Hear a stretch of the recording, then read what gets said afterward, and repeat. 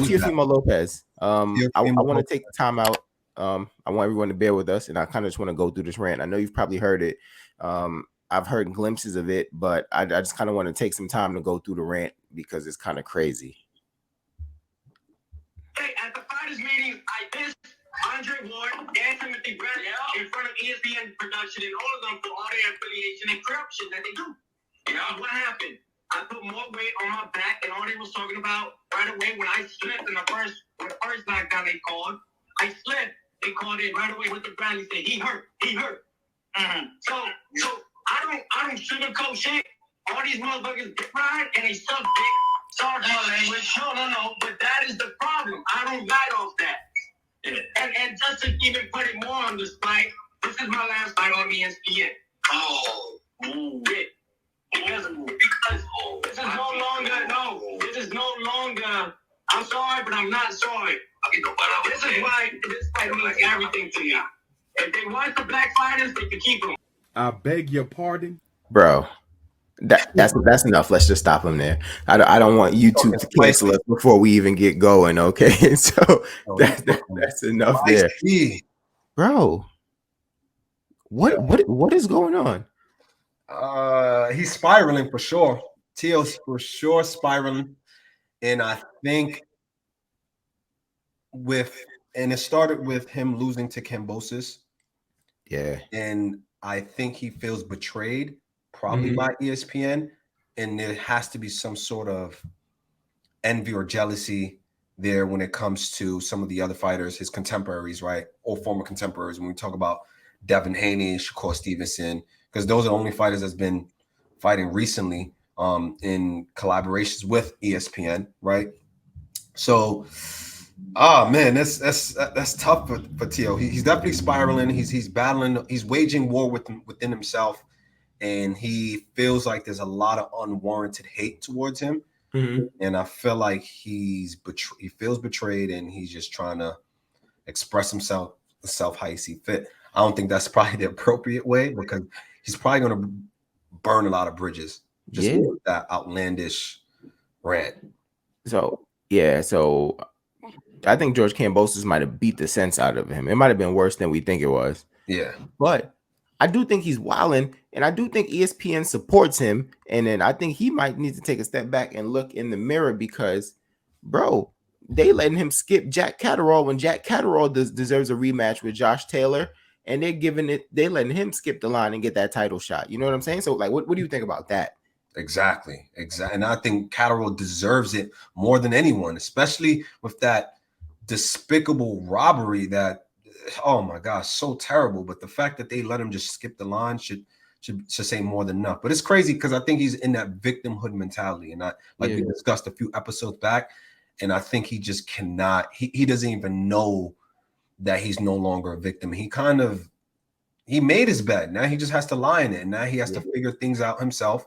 And I think mentally he is fragile. Using Josh Taylor's words, like mentally fragile, and he needs to worry about his fight with Josh Taylor than talking about leaving ESPN, and this is his last fight, And then to kind of hone in on they could have the black fighters if they want the black fighters. Like, what are you trying to say there exactly? Because I mean, I don't think they've given Shakur the kind of opportunities they've given Teo so far. Absolutely not. And Shakur, especially we talk about his amateur background and his Olympic pedigree, was more well-renowned compared to Teo. I would say for casuals, they were not paying attention to Shakur up until he beat Valdez. Yeah. And then that's when people, who was this kid? Who was this kid? Or maybe Jamel Herring. Right. Because then that's when he started getting the full head of steam. Mm-hmm. You're absolutely right about that. So it's crazy. And just to kind of discuss, I guess, the implication with the tone, with the racial undertone there, right? Especially when we're talking about him saying, they can keep the black fighters. Of course, he's referring to a certain group of fighters who happen to be black. Mm-hmm. Now, I'm not sure. Now, I wouldn't call Teofimo racist, right? I mean, that's up for debate, because I don't know what his ethnicity or what his race is, right? I think I'm not sure. Is he Puerto Rican? Is he? He may be, but don't quote me on that. And I don't. He might have some. He might have some black in him. He might be black his damn self, right? But just have a different ethnicity. It's kind of like Dominicans, right? Right. Most Dominicans are black, right? Although they may not consider themselves to be black, right? As a Right. race. So I don't know. But I do think just him talking like that, he's clearly trying to. Once you bring race into it and you're dividing yourself from a certain group of people and you're saying the black fighters, now you're not just talking about a set group of people like Devin Haney or Shakur or even Keyshawn Davis. Now you're just saying black fighters and you're generalizing it by using the word black. Right. So, and I think nowadays that's a dangerous game to play. Yeah, like why isn't it? Oh, they could keep the white fighters because I mean Tyson Fury is their cash cow, right? We think they may have done some things to help out Josh Taylor because it's the overall consensus is Josh Taylor lost that last fight, right? Right. So it's like, but like I don't really understand, and it seems to be probably the long going animosity with not necessarily Shakur. I'm sure that's probably building, but like Devin, like he really has something against Devin, and Devin only signed a 3-fight deal with Top Rank, so Top Rank had more allegiance to Tio than Devin. And remember, he tried to pull a fast one on them with Triller, and then they still took him back. You know what I'm saying? So like you tried to pull a fast one on them, you showed how disloyal you were, and they still rocking with you. I don't even think you should be in this title shot right now, honestly. And then I'm probably of the notion that Sandor Martin fight, I'm not sure that he won that fight. I thought it was 2 knockdowns. He only got ruled for 1 knockdown, and he's saying, oh, on the first one he slipped. I think the first one was no debate. It was a knockdown. Clear knockdown. Yeah, absolutely. And then he's saying he slipped, and they saying he was hurt. Well, I don't know, but something I always say to you: every time I'm seeing Haney fight, and every time Haney get touched, people are saying, "Oh, he got rocked. He got rocked." Ever since the one time he actually did get rocked. So I mean, they're doing that with a lot of people. Spence just fought against Ugas, and they kept saying Spence was hurt, and I don't think Spence really was ever hurt, except for maybe the one time the mouthpiece came out. But it was other times Ugas hit Spence, and they're saying Spence is hurt. Spence is hurt. It's kind of just what people do. They're just anticipating when they're watching. They're saying, "Oh, that looks like a hard hit. I think that person's hurt." Especially if you go down, they have grounds to think that you're hurt. Right. I agree. So I guess what is next for Tio at this point, right? Let's say he, of course, depending on how he performs, let alone if he wins or loses, what is next? Let's say he loses to Josh Taylor. What is next for him? If he loses to Josh Taylor, he needs to take a hard look in the mirror and he needs to make a big change, right? He might need a new trainer. Maybe his father isn't it. Maybe his father isn't getting through to him the way he think. What it kind of reminds me of is DSG, Danny Garcia, right? Danny and Angel.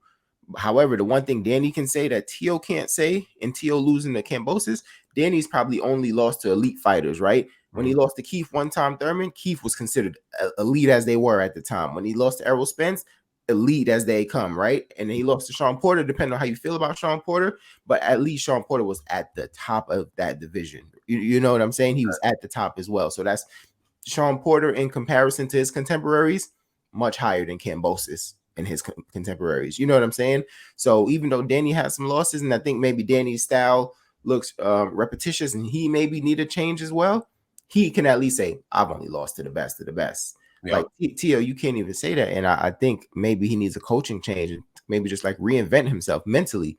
Not even necessarily like his fighting style, even though there's things for him to clean up, but it's just mental. Can somebody get through to you and just recompose you? Yeah. Mentally, he's gone for sure. I think, he's self-destructing right before our eyes, and he needs to get his shit together. I ain't gonna lie, and worry about what he needs to worry about. We'll make a video about it at another time, but I do not think he's going to win this next fight. And we've been having this conversation for years. And I don't know if what you recently seen from Tio has changed. Absolutely. I think it changed immediately once I seen his first fight at 140 pounds. Yeah. Once I seen he mentally hasn't recovered from the Kambosos fight, especially that second fight at 140 pounds, I was like, yeah, he's done. Like he's done. It don't need to be Josh Taylor. Mm-hmm. Like he'll lose to someone else that's not even on that caliber. And I'm not even big on Josh Taylor. I really never was. Right. And in the Catterall fight, it could have been off, but that proved to me that Josh Taylor is not really like that.